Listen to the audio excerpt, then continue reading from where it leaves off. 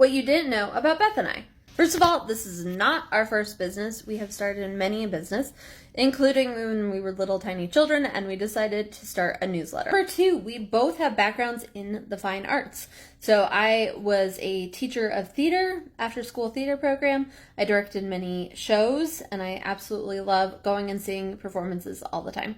And Beth did ballet. She was a professional ballerina for a while, and we just both love theater, drama, dance, performances, all that fun stuff. Beth is a mom of two sweet tiny little girls, and I am a dog mom.